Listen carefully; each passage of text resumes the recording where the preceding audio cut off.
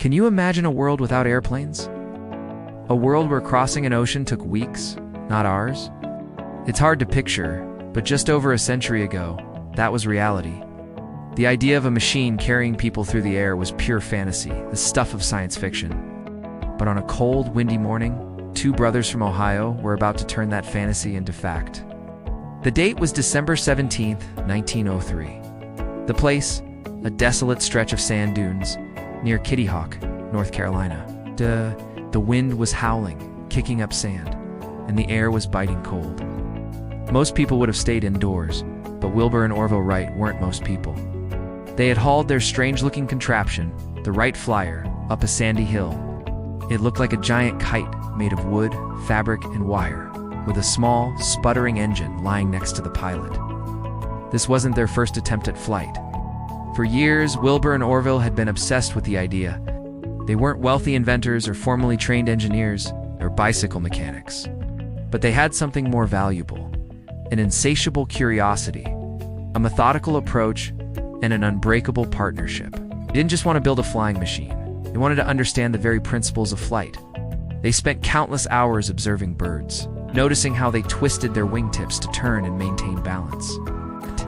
This observation led to their breakthrough concept, wing warping.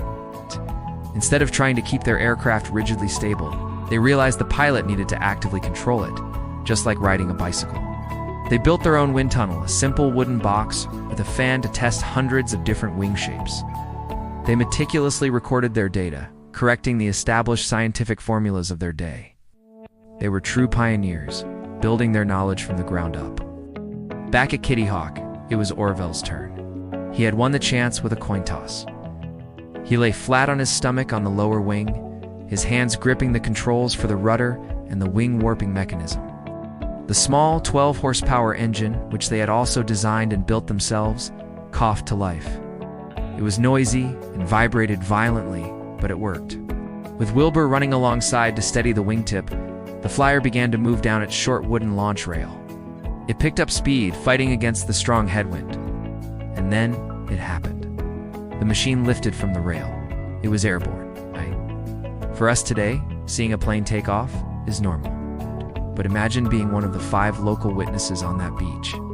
For the first time in history, a heavier-than-air machine, under its own power with a pilot in control, had risen into the sky and flown. That first flight was incredibly short, lasted only 12 seconds, and covered just 120 feet, less than the wingspan of a modern Boeing 747. But in those 12 seconds, everything changed. The age of aviation had begun. They weren't done for the day, though. They took turns, making 3 more flights. Each one was a little longer, a little farther. The final flight, with Wilbur at the controls, was the most impressive. He stayed in the air for 59 seconds and traveled 852 feet. They had proven it wasn't a fluke. They had invented the airplane. After that last flight, a gust of wind caught the Flyer while it was on the ground, flipping it over and damaging it beyond immediate repair. Its flying days were over, but its job was done. You might think the world immediately celebrated this incredible achievement, but the news traveled slowly. Many newspapers were skeptical, and some even dismissed the reports as a hoax. The Wrights weren't interested in fame. They were interested in perfecting their invention. They returned to their home in Dayton, Ohio, and continued their work in relative secrecy, building improved versions of their Flyer. They spent the next few years refining their design, learning to make controlled turns and fly for longer durations. They went from a 12-second hop to flying in circles for over half an hour. It was only when they began public demonstrations in France and the United States in 1908 that the world finally woke up and realized what these OMD/2 humble brothers had accomplished. The crowds were stunned. Humanity could fly. The story of the Wright brothers is more than just a story about an invention. It's a testament to the power of perseverance, collaboration, and a scientific mindset. They faced countless setbacks and failures. Their gliders crashed. Their calculations were wrong. People doubted them, but they never gave up. They learned from every mistake, trusted their own research, and supported each other through every challenge. Think about the incredible courage it took. There were no simulators, no instruction manuals. Every flight was a test flight into the unknown with a real risk to their lives. Yet they strapped themselves into their experimental machine, day after day, driven by a dream. Their invention didn't just give us a new way to travel, it connected the world in ways that were previously unimaginable. It changed commerce, culture, and even how we see our own planet. Every time you step onto a plane, you are experiencing the legacy of that cold, windy day at Kitty Hawk.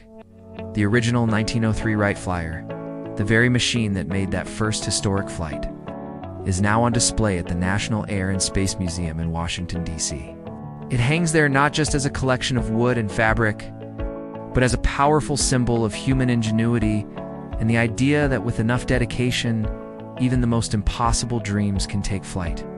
So next time you look up and see a plane streaking across the sky, take a moment to remember Wilbur and Orville Wright, two bicycle mechanics who dared to look at the birds and say, "We can do that too." And they did. They taught the world to fly. Thanks for watching. If you found this story as inspiring as I do, consider subscribing for more tales of human achievement. You in the next one.